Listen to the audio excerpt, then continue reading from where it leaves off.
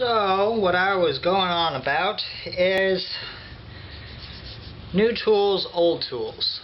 So, as a new tool, it's usually made not out of the best steel, and they're usually either made of steel or they're made of aluminum.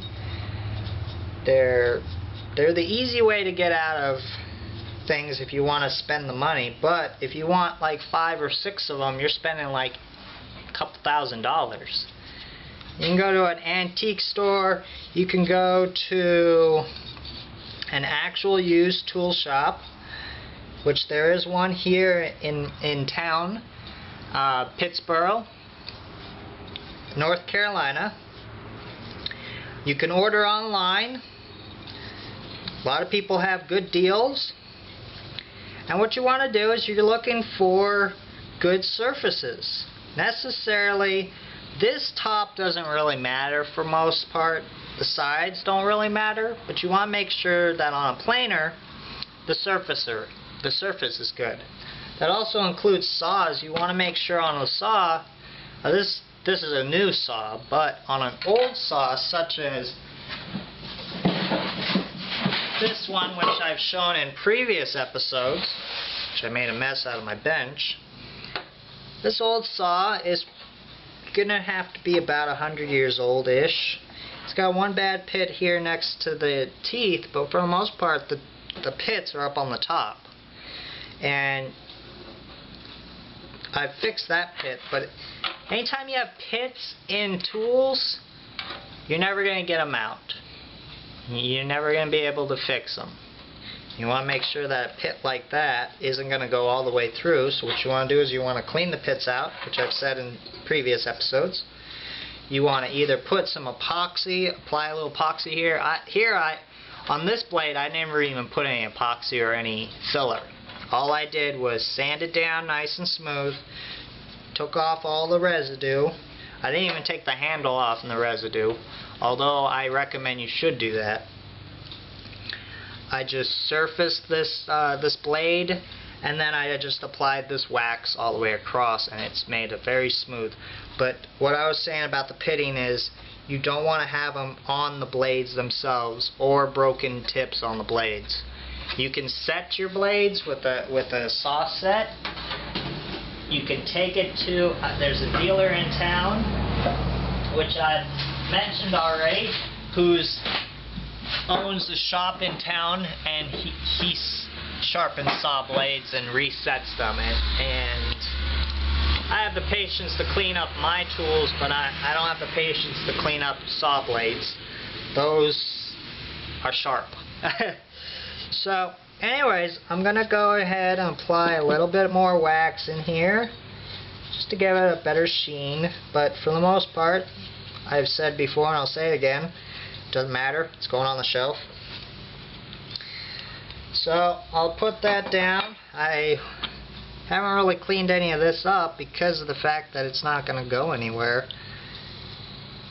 But, once again, you want to watch those pits, because it will still eat your tool up, and in some cases it could go to other tools too.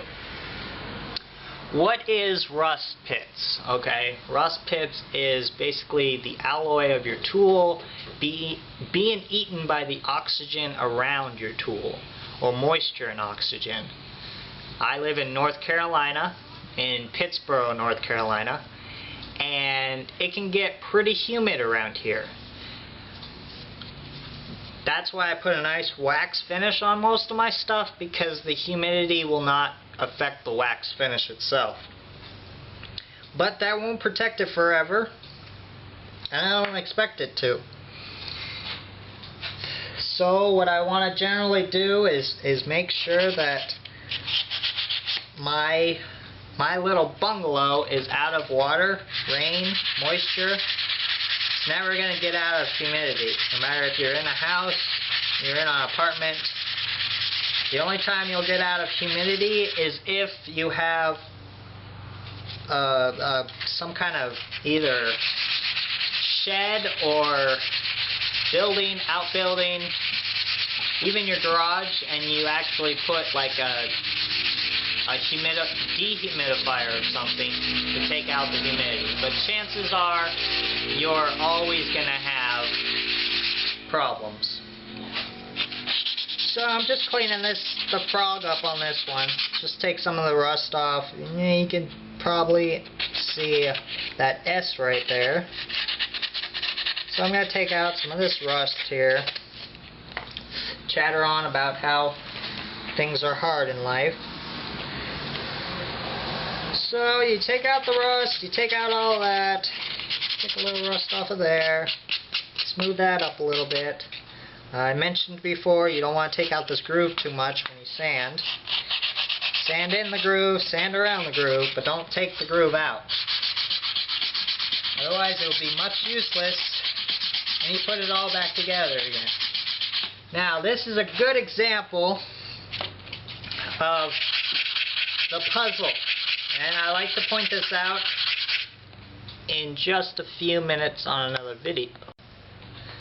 Alright, I'm back now and I'm going to demonstrate what I call the puzzle. And the puzzle is all your numbered pieces, okay? This right here, for the most part, you want to use a diagram such as this. But as you can see, this planer is going to be much different than the planer I'm working with. The planer I'm working with only has 4 parts.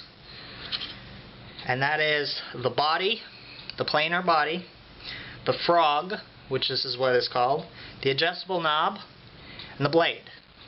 Okay? These 4 parts pretty easy to put together. However, if you have something that has 40 or 50 parts, or 30 parts, or 20 parts, screws and extra blades and blade breakers. This one has a blade here and a blade breaker, and that's how it's disassembled here. It's got a handle, it's got a handle rod, it's got an adjustable knob, it's got screw there, screw there, screw there, screw there.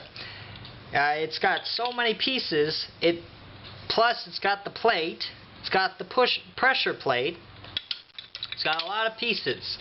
And this is what I like to call the puzzle, because if I take this apart, I better know how to put this back together again. Otherwise, it's going to be like one of those Mickey Mouse cars where you put it all together again, you have an extra spring and you don't know where it goes. And then your car breaks down. It would be the same thing with a planer. If you don't know where that piece goes and you put it all back together again, chances are later on it's going to fall apart and you're going to be like, why did this fall apart? Probably because you didn't put it back together right. So, we'll go over this a little later in another episode. But for now, we're going to put together our 4 parts.